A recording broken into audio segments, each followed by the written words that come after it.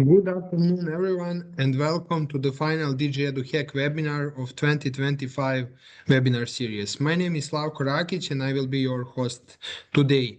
Over the past months, our webinar series has explored the future of digital learning, from AI tutoring, the online assessments to blended learning rollouts.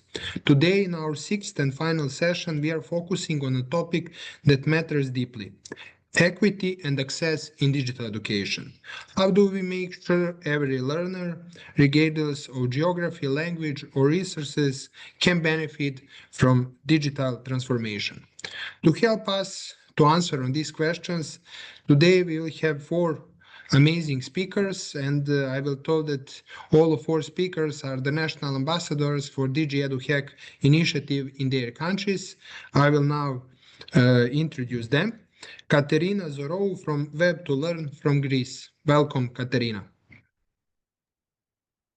Good morning, everyone. Good morning, Slavko. Angela Jafarova from Datorium from Latvia. Hello from Riga. Maja Videnovik from DigiEd from North Macedonia. Hi, everyone. And Sylvia Koukounidou from University of Cyprus from Cyprus. Welcome, Sylvia. Good morning, everyone. Thank you all for joining us, and let's begin with our first segment. In the first segment, we will continue with Katerina and Angela, and we will explore how policy frameworks, open education, and AI-driven innovation can reduce inequality and increase digital access. Before we start our discussion, I will ask first shortly Katerina to introduce herself, and after that, Angela. Thank you. I'm Katerina. I'm a citizen. No matter the professional background, I like very much learning from each other, languages, new cultures, and that is the gist of education. Very happy to be here, and I like to do things with hands. I'm a Mendy person, and this is what brought me to the digital sphere. So I have digital education in my heart. Thank you, Katerina. It's really nice to have you with us today. Angela, please could you introduce yourself shortly? Hello, everyone. My name is Angela. I am an educator with more than 20 years of experience in schools and university. I am mother of 3 daughters. That's why girls in technology is a very personal issue to me. I am also a female founder of education technology company called Datorium, where we support teachers. And of course, I am also a teacher training. For the last 3 years, everyone just wants to have trainings on AI. So that's pretty much about my routine work. Thank you, Angela. And also nice to have you both here today with us. And now we are ready to start with our questions, yes, and with our discussion. Katerina, your work focused strongly on open and social learning. How can open educational resources help reduce inequality and support students in unreserved or geographically remote communication? Thank you, Slavko. It is a very good question because technology is not only about those who have the capacity to have the devices or internet, all this beautiful apparatus, technological apparatus. Underserved and geographically remote communities should be at the center of digital innovation and the education sphere. Yet their voices are not heard, either because they are in a very small community, so from a matter of scale, or that they haven't been at the position of sharing their voice as loud as other communities. So we have a real issue when we talk about inequality and support to the students. Open educational resources are not magical. I think a solution to the issue of equity is to bring together the underserved communities and geographically dispersed with more powerful communities and build something together. I think this is more like a showcase of good ideas. So please allow me to share one. We had this experience with working with deaf communities in Thessaloniki, Greece. I'm very happy to lead a powerful team of 8 persons at Web2Learn. And in one of our projects, working with deaf communities, we had the idea of bringing them in collaboration with students at the university.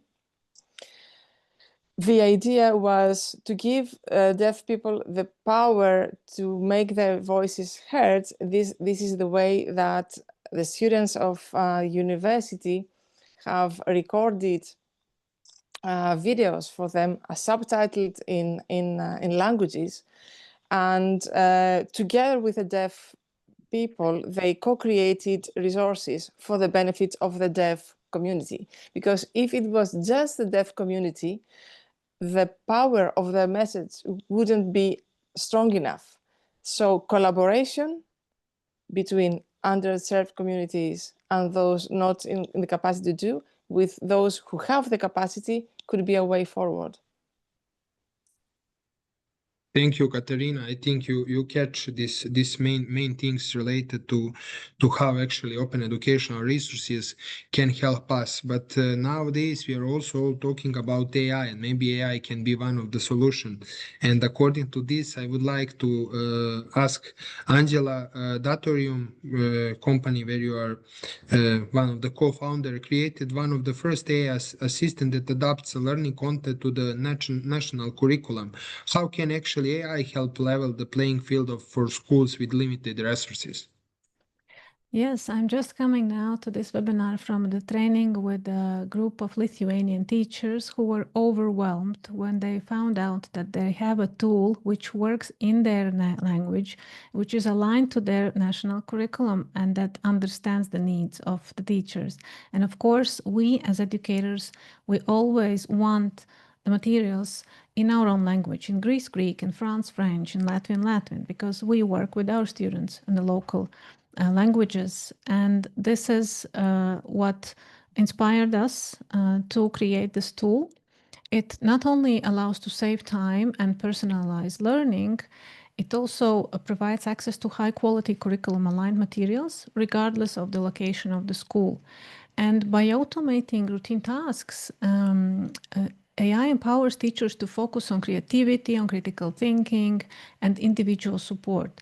So we can give away the routine tasks to a machine and actually focus on actual pedagogical, that is the purpose of our being there in the classroom, to reveal the talent of the student, to inspire, motivate, and help to find the ways to uncover this talent and paths toward the professional development.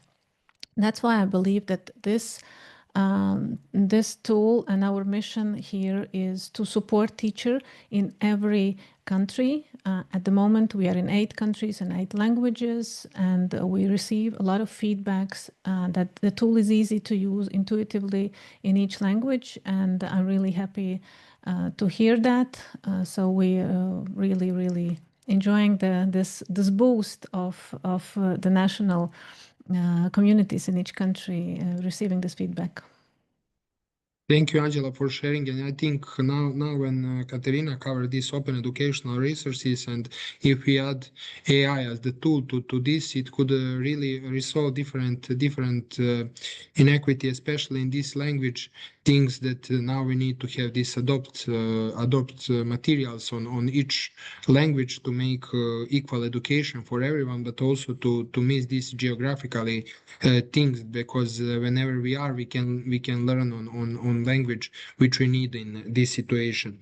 Katerina, you already mentioned that your company works in a lot of projects and you participate in more than 40 European projects. Am I right? When I checked your bio, and based on this experience, what successful models have you seen for supporting digital access in low resources schools?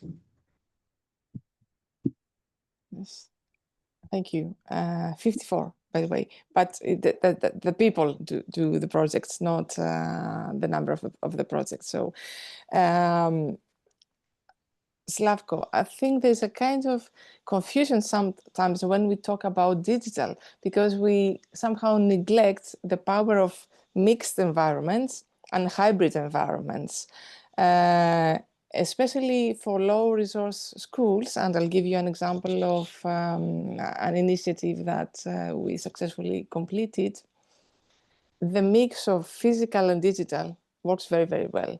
Because if people are not fully familiar with the digital, it may impede them from doing things. But having a physical facility or a mix of both could be an enabler for them to feel safe, to feel confident, to feel and build trust with any new initiative. You see, we have had this experience, and I'm proud of my colleague Katerina in Athens. We worked with a school whose pupils were mostly migrants in the center of Athens. And then we started with some physical activity and some do-it-yourself things in the classroom before going online or before doing the digital stuff. We created a comic also. It is very, powerful and playful way of introducing inequality, discussion about equity, discussion about rights, okay? And then we made digital facility around that, and also we produced that. We produced the comic also as a digital format. Let's not neglect the mix of physical and digital when we talk about digital and low-resourced schools. Thank you, Katerina. And as one of our previous webinars was dedicated to blended learning, I think you now give an added value of blended learning related to these inclusion things, and especially now facing different challenges on the European level. I think these inclusion strategies will be much more important in the future to find the best way how we can integrate all groups in the learning environments, and we really need some different tips and tricks, as you mentioned, some comic things or other, to actually support all of these people to join, to be part of the same community and to teach and learn on the same or similar level. Angela, according to your experience, to P girls, over 800 girls took their first step into coding with you, yes? And I'm interested in this to share, what did you learn about reducing gender gaps in digital skills education? As I said, I'm mother of 3 daughters, and I could say that on a daily basis, I see stereotypes very deeply rooted in our society. And even though the girls are very open to any new skills we offer them to learn, including coding, environment that they are in, the schools, at home, and many others are still very stereotypically driven. Let me tell you a simple example. My daughter came from school and she said, Mom, we have a design and technology lesson and we're supposed to croquet and knit, but the boys are doing technical drawing of a wooden chair and that really looks interesting. I would love to try. I said, cool, just go and ask the teacher to join the boys group and give it a try, because first you will do the drawing on computer and then you will do the chair itself. She came next day home and she said, I got refused because she wouldn't allow me. And this happened in 2024 in the capital of Riga, in one of the leading gymnasiums in the capital of European country. So this for me was difficult to believe. And this is where we need to step in as parents who understand the power of digital skills for our daughters, for granddaughters, sisters. We need to explain and change this. However, Latvia is very modern in this issue. We have it already built into national curriculum. It's just a question of schools, how they implement it. So my mission is to continue inspiring girls, but also working with communities in schools, in parent organizations, and trying to foster these conversations at home in cafeterias, in teacher rooms, when they have a coffee, to sparkle this idea and say, do not bring your heavy bags to schools. Let the girls decide themselves what they want to try. Let them do the mistakes. Let them choose themselves and find the path they like the most. So this is my experience, and I see Katerina nodding to me, probably very similar experience also.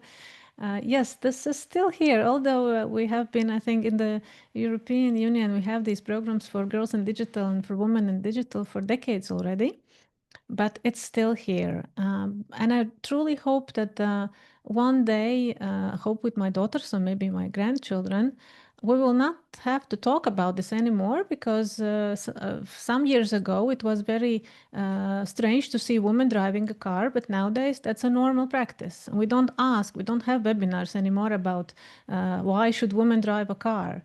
So let's hope that very soon we will not need these conversations anymore. This will be understandable that both men and women can do the digital jobs, and it will be self-understandable and acceptable in our societies. Thank you, Angela. And maybe this is reason because today we have 4 ladies, yes, as the speakers.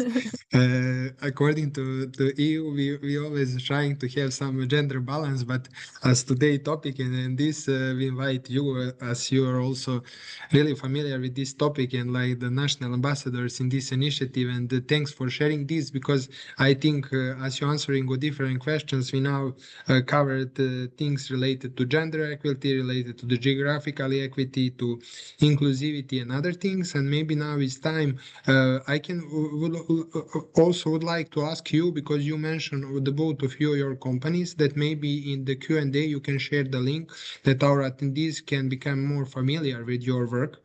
You can do it in the second segment when I will discuss with Maja and Sylvia, but we also need to now interact a little bit with our attendees. And according to this, I will now reach out the pool, and you can answer on our questions for today. Today's question for our attendees is, if you could choose only one, what is the biggest barrier to digital equity in your context?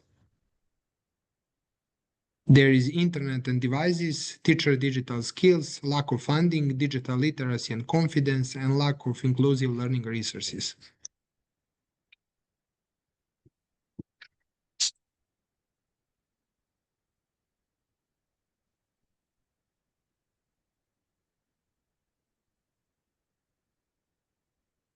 Okay, there are different answers are really interesting because numbers are almost equal. Okay, maybe we can finish. 5, 4, 3, 2, 1. I will end the poll and share results with you. As you can see, the main thing is teacher digital skills, followed by digital literacy and confidence, and there on the same level are internet and devices, lack of funding, and the lack of inclusive learning resources. So the results are interesting, as we are facing different barriers to digital equality in our context. And I would like now to thanks for Katerina and Angela for first segment discussion. And we are ready now to move forward to the second segment.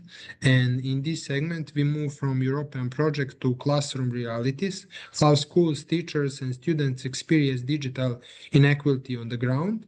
And we'll have Maja and Sylvia. And thank you for being with us.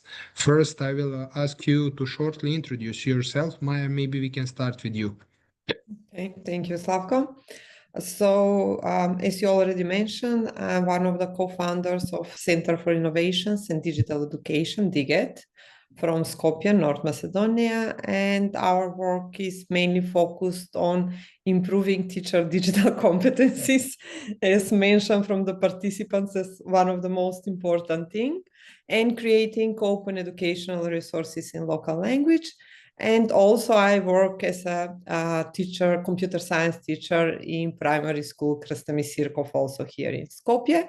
So I will approach the discussion from two sides, one as a teacher and one as a teacher trainer on digital competencies.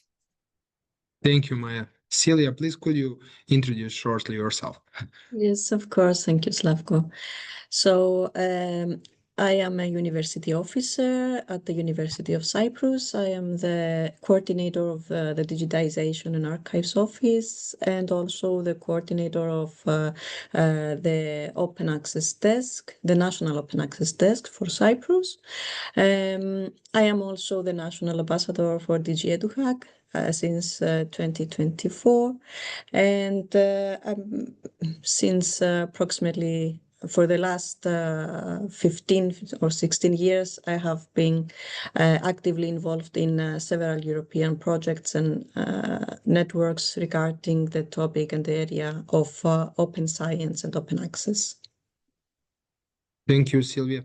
It's nice to have here both of you, and maybe now we can start with the questions. As you are coming from schools and universities, now we can go in this way, and also you are providing some trainings. And Maja, you work directly with schools and teachers in Macedonia, as you mentioned.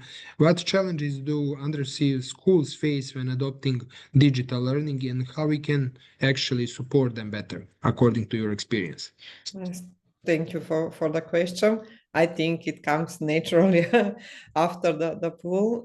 Interesting, because I think that we cannot speak that there is just one barrier. There are a lot of them, but first, usually we always start with the infrastructure. We said that we don't have internet access, we don't have or our devices are outdated, or we don't have computers for our students.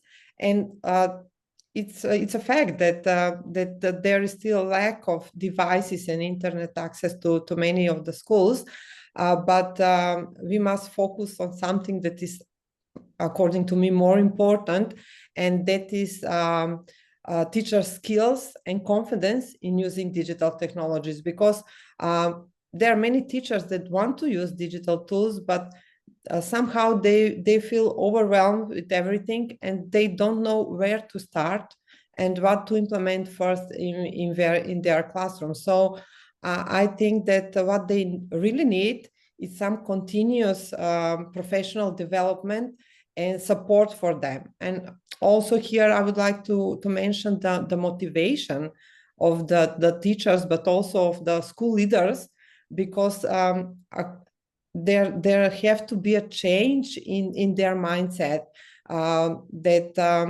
the digital technology is not something that is extra in the classroom and that is just there because we want to use it, but teachers must look at the technology as something that can be integrated in the classroom in order to create interactive, engaging learning activities that will involve all of the students. So I think that in order to address all these barriers, we need somehow a holistic approach, providing technology in school, devices, internet, and everything that is needed, but also investing in teacher professional development, providing trainings, continuous trainings, because not just one day theoretical training, but continuous training, support, mentoring of teachers. And most importantly, according to me, is creating a network of teachers that are open for sharing and learning from each other. Because when teachers feel that they are supported and that someone cares about what they are doing, they are creative enough to produce these interactive learning environments that will include all the students. Because sometimes only small thing can help them to create this and to involve all students. It does not have to be some big equipment in the school. Thank you, Maja, for introducing different way of barriers. Yeah, some technical and equipment things, but also some skills which are missing with our teachers. And you cover this part of the school. But as Sylvia mentioned, she is coming from university, and Sylvia, from a university perspective, what inequality becomes most visible when students access digital learning, and how we can, as the institution, respond on this. Thank you, Slavko, for the question. But before I answer it, please allow me to thank you for the invitation and for giving us the opportunity to be here today and discuss these very interesting topics. So getting back to your question, I would say that it is true that the rapid shift toward digital learning in higher education has exposed several inequalities that were previously less visible in traditional classroom settings. One of the most immediate disparities is access to technology, of course. Not all students have reliable devices, stable internet connections, or in some cases the skills to use the technology, creating a digital divide that mirrors socio-economic inequalities. For example, students from low-income households or rural areas are disproportionately affected, impacting their ability to participate fully in online courses, for example. Then beyond physical access, digital literacy is one of the most significant inequalities. Maja already mentioned that. Students nowadays have to work with a lot, various online learning platforms, research databases, and a lot of collaborative tools. So those lacking prior exposure or guidance, they may struggle to engage with course materials or submit their assignments effectively or participate in synchronous or asynchronous virtual discussions. We saw that also during COVID period. Then the topic of accessibility and disability inclusion, again, already mentioned also by Katerina. It's something that also became more visible in digital environments. Inadequate accommodations, such as missing captions, poorly formatted PDFs, for example, or incompatible assistive technologies can marginalize students with disabilities. Similarly, in some cases, cultural and linguistics barriers affect international or multilingual students, particularly when automated tools fail to account for diverse accents or dialects or terminologies. And of course, the role of universities is crucial. They can respond through multi-layered strategies, for example, by ensuring digital equity, which involves providing, for example, device loan programs, subsidized internet, or in-campus facilities and/or services. For example, in our case, the University of Cyprus Library is providing space, sources, trainings, and other services, for example, for visually impaired students of the university, by transcripting, in some cases, their educational material, but also for students by creating database. For example, we have a database called Omiros, where they can find literature or other books and other resources. And nevertheless, building digital literacy through orientation programs and integrated curriculum modules helps level the skills gap. By embedding inclusive design principles, ensures materials and assessments are accessible to all, which is a really important aspect for universities. Institutions can also create flexible policies that recognize socioeconomic pressures, allowing asynchronous participation or alternative assessment formats. And finally, another really important aspect is to include students in feedback processes, which I believe will ensure that solutions will address real challenges and not just perceived ones. To conclude, the fact that we are able to identify the inequalities is one step forward. in my opinion, so we can handle them in an appropriate manner. And for sure, universities that proactively implement equitable technology access, skills development, inclusive design, and student-centered policies can transform these challenges into opportunities for more accessible and inclusive education. Thank you, Sylvia. And I think if I can merge somehow your answers, especially nowadays, all of us talking also about AI and integration in AI in education. AI for sure can help, and it will re-engineer education. In all of our 6 webinars, somehow some of our speakers mention AI, but also in the way, if they are inequality in the use of AI devices, it could also make a big and a huge gap and difference between students. So it will be really interesting to see how AI can actually be the useful tool who will help us, but not make deeper differences between our students. But now we can also switch to Maja. As you mentioned, you're not only working on school, but you're also providing trainings with the DigiEd organization, and maybe of your initiatives use games and interactive tools. And how can gamification actually promote equality rate and then competition?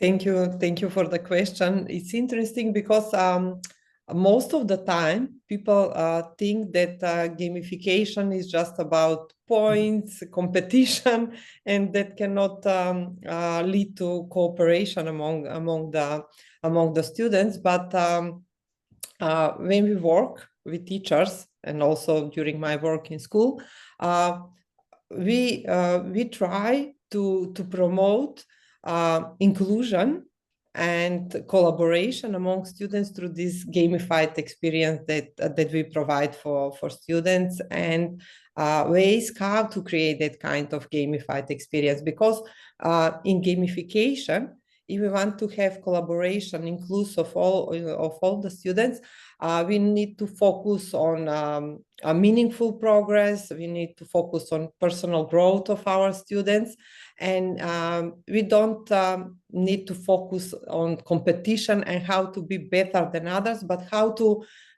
help others to achieve common goals. So many of our gamified activities are team-based, and they're also adaptive, allowing students to progress through the game according to their own pace. So in that way, we ensure that students that have different background, different skills, different prior knowledge can all participate and feel successful in the games, because games can provide immediate feedback.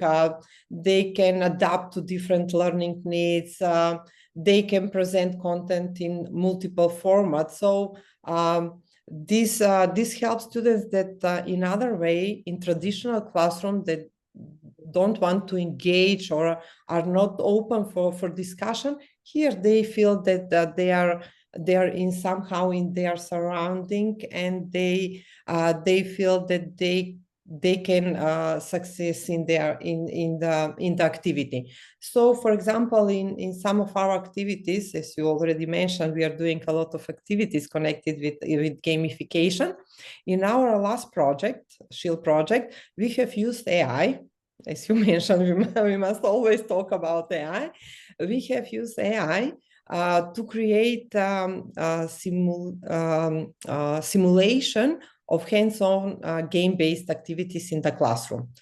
So we have delivered workshops for teachers how to use AI to help them to create game-based activities that will involve students that even don't have prior knowledge in cybersecurity or prior digital skills in the classroom, because discussions are the most important thing when we want to involve all of the students, so no one is left behind. So the focus in the project was on collaboration, creativity, and mastering the challenges together as a group. So it was not important who will finish first, but it was important to go through the challenges, to analyze them, to collaborate, to find a solution, and to progress. So our research shows that this approach fostered a positive and inclusive learning culture in the classroom. And also in the other project that we implemented, we used this peer learning, where students from upper grade delivered lessons and workshops about cybersecurity to lower grade students. And after that, they created a Scratch-based games on cybersecurity. So for the students, was so easily to approach and to be open more, and not to be afraid that they will answer something wrong when they're collaborating with their friends. So gamification is something that is involving students in the classroom, because that is something that our students are doing on a regular basis. They like to play games, so they feel optimistic, motivating, and they don't have fear that they will do something wrong. So the underlying principle behind all this is that gamification should in some way empower, not exclude.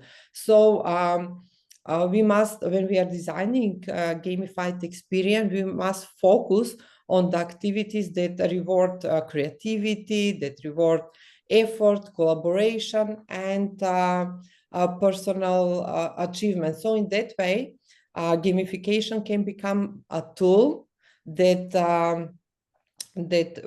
bridges these digital gaps in the classroom, fostering confidence and promoting inclusion, so not to left any of our students behind the learning process. Thank you, Maja, and thank you for clarifying the importance of gamification. I remember from this year, from some of the meeting in Austria, one of our colleagues mentioned in the past, children are going on the street to play because the streets were really safe and they enjoy the street. But now streets are not always the safe place. Now the schools are the safe place. So we need to organize the learning and teaching processes with some games, so to enable children or students to play and to learn by doing. And I think it could be the one of the way of the future engineering. And thank you also for mentioning cybersecurity. According to my knowledge, in the next digital competences framework, one of the two most hot topics will be AI and cybersecurity. But now we can see with Sylvia that in many countries, as we discussed, connectivity is not only the problem, but maybe students lack some digital literacy or confidence. And what support mechanism work the best based on your experience in Cyprus? Thank you, Slavko, for the question and for bringing this topic up to the discussion. Well, indeed, in many countries, just by improving connectivity alone does not guarantee successful digital learning, as we can see. Even when students have access to devices and internet connection, many struggle with digital literacy issues, meaning the ability to find, to evaluate, and finally use digital information effectively and with confidence in navigating online environments. These challenges often stem from unequal exposure to technology, varying educational backgrounds, and limited institutional support. Again, in all educational levels, if I may say. As a result, students may feel overwhelmed by online platforms, digital assessment, or unfamiliar digital tools. But let's try to put things together. Digital literacy gaps manifest in several ways, such as difficulty using learning management systems, uncertainty about online academic processes, poor information evaluation skills, for example, how to use databases to get resources. And of course, this leads to low participation in online discussions. Lack of confidence can, of course, lead to disengagement, postponement, or avoidance of technology-based tasks. These issues are especially visible among some earlier generation students, mature learners, or those from under-resourced schools and communities.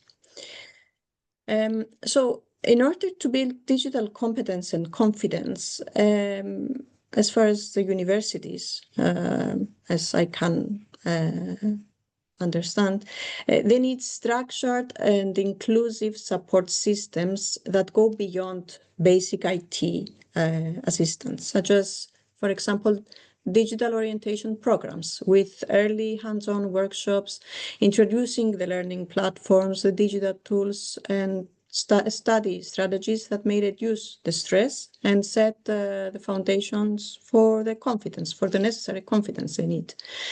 Maybe peer mentoring, where student-led tech mentors, or for example, we can call them digital buddies, they can provide informal guidance and promote a supportive learning culture. By embedding digital skills training, whereby integrating digital literacy modules into existing courses will ensure ongoing development. Some step-by-step video tutorials, some FAQs, multilingual guides. We notice that when guides or webinars are provided in mother languages, have more participation. So it is important to follow the multilingual way. And of course, staff development, where the educators or the lecturers will get the necessary training in inclusive digital education and can model effective use of technology and respond to students' challenges. So by summarizing, I will say that bridging the digital literacy gap requires more than improving connectivity. In my perspective, it demands a culture of digital inclusion.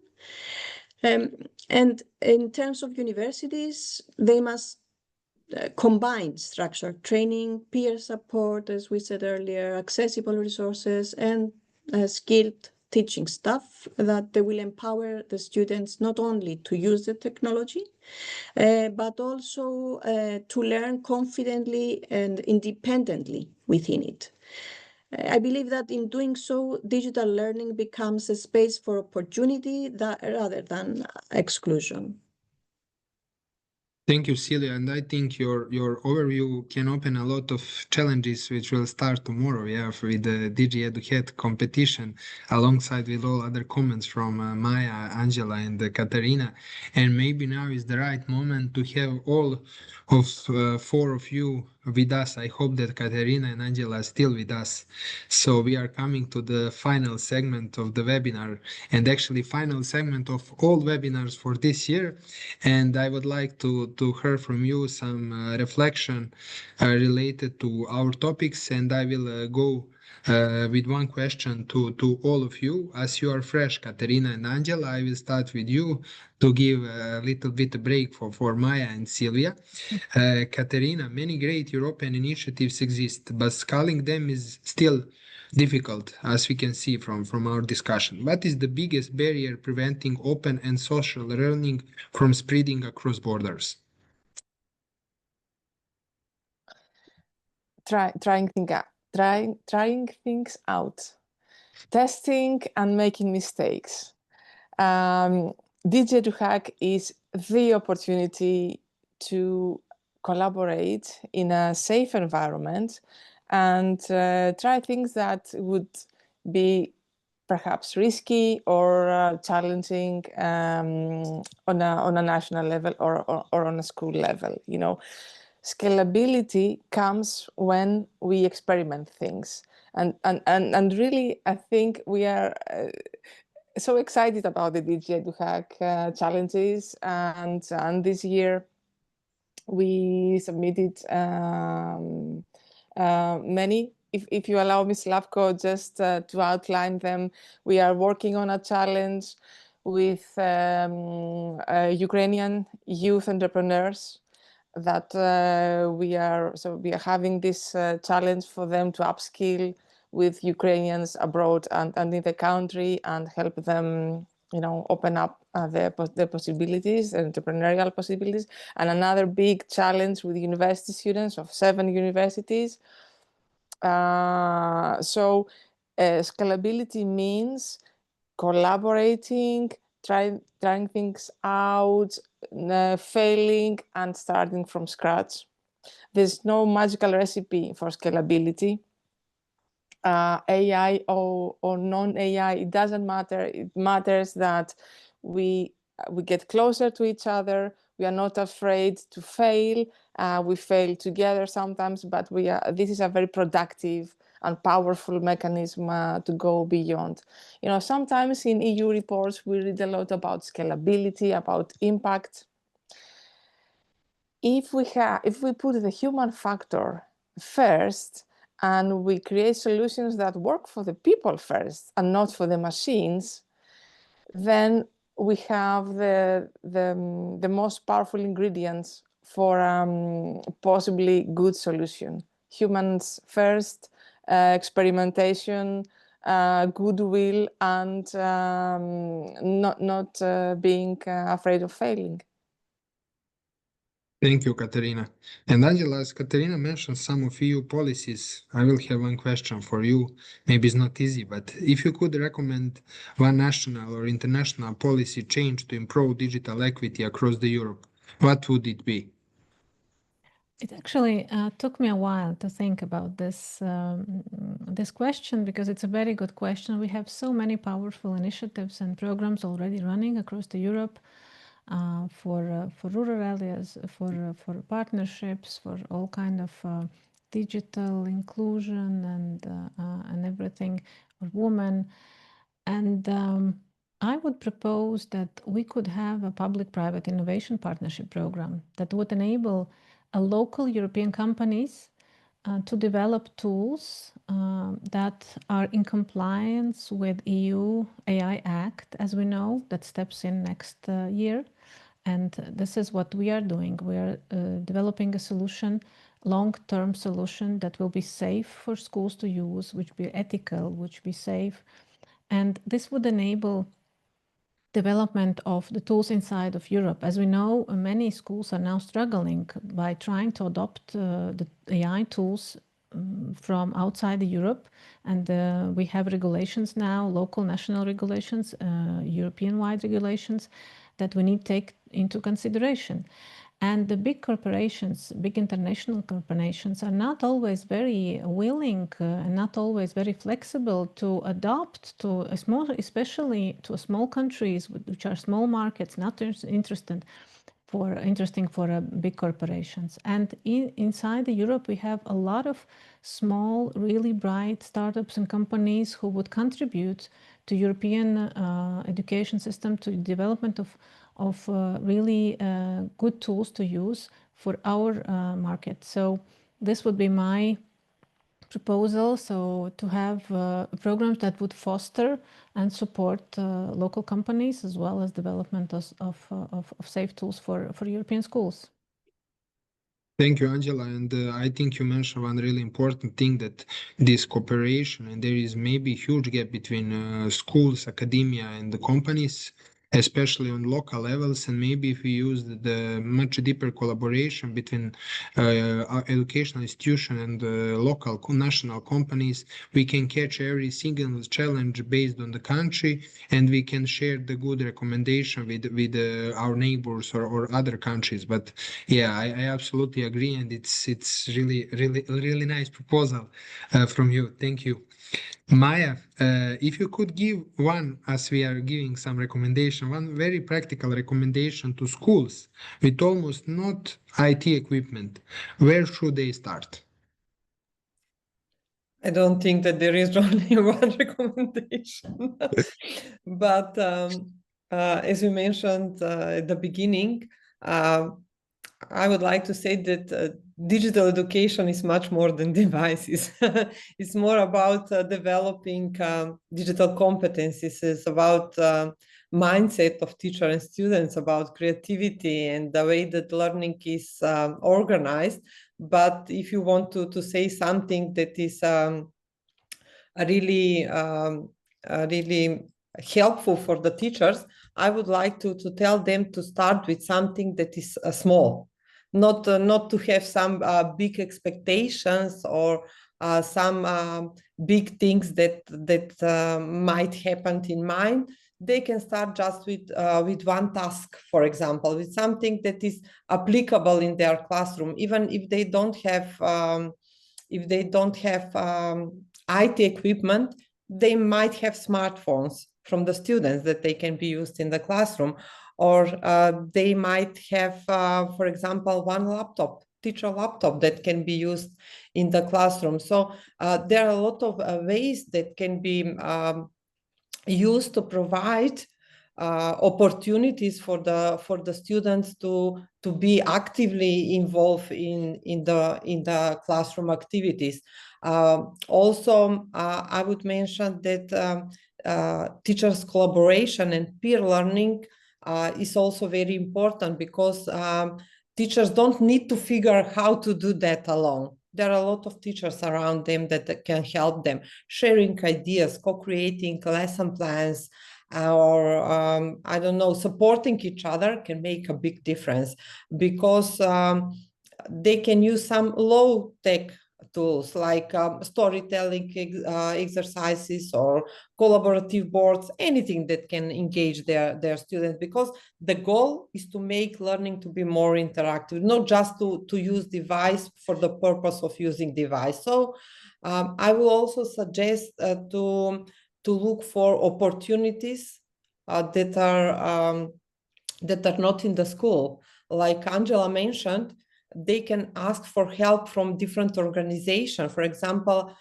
within project that we organized in NGO, even schools that are from a rural area manage to implement projects in their schools, because they use some hands-on gamified activities where they focus on teamwork, on problem-solving skills. So it's not about how many equipment they have, but how they use the equipment.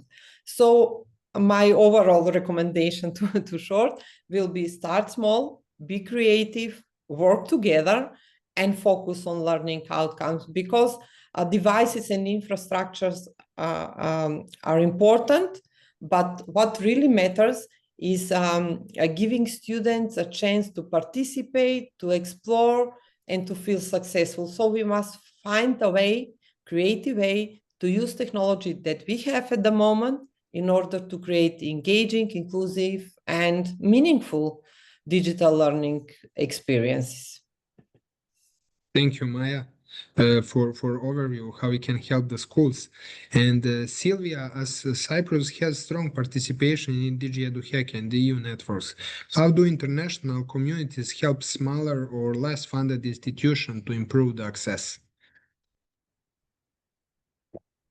It is true that Cyprus's active participation in initiatives such as DigiEduHack and European Union's project and networks reflects how international collaboration can drive digital transformation in education.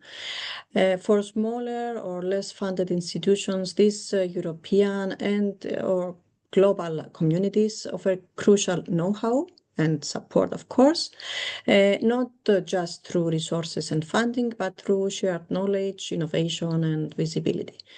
And especially in terms of building capacity through collaborations, the participation in several EU programs like Erasmus+, Horizon Europe, the initiative of DigiEduHack, it allows institutions to access expertise and infrastructure that might otherwise be out of reach.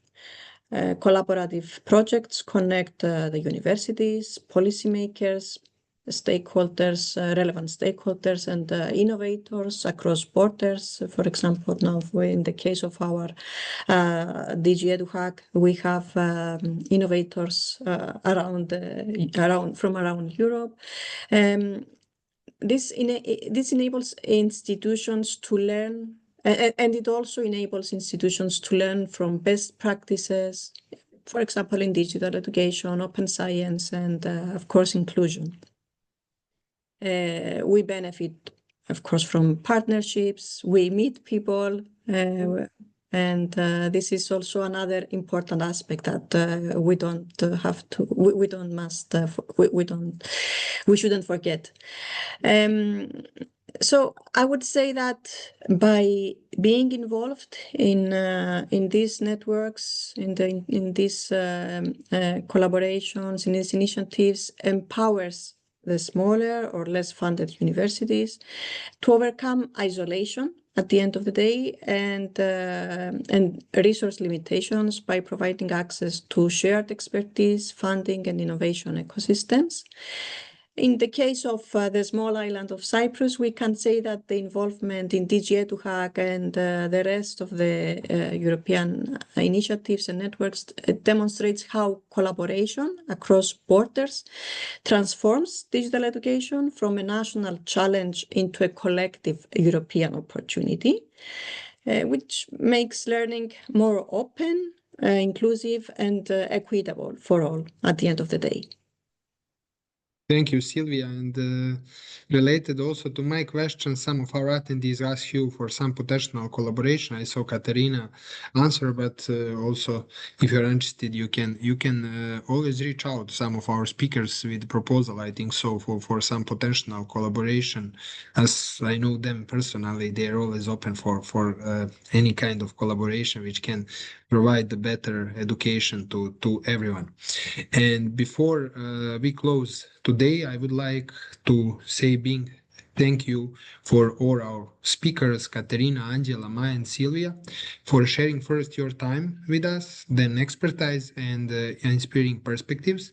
You actually helped us to understand that digital transformation is not only about technology, because in previous webinars you almost talk about technologies. It's more about equity, confidence, language, access, genders, and community, and all other things.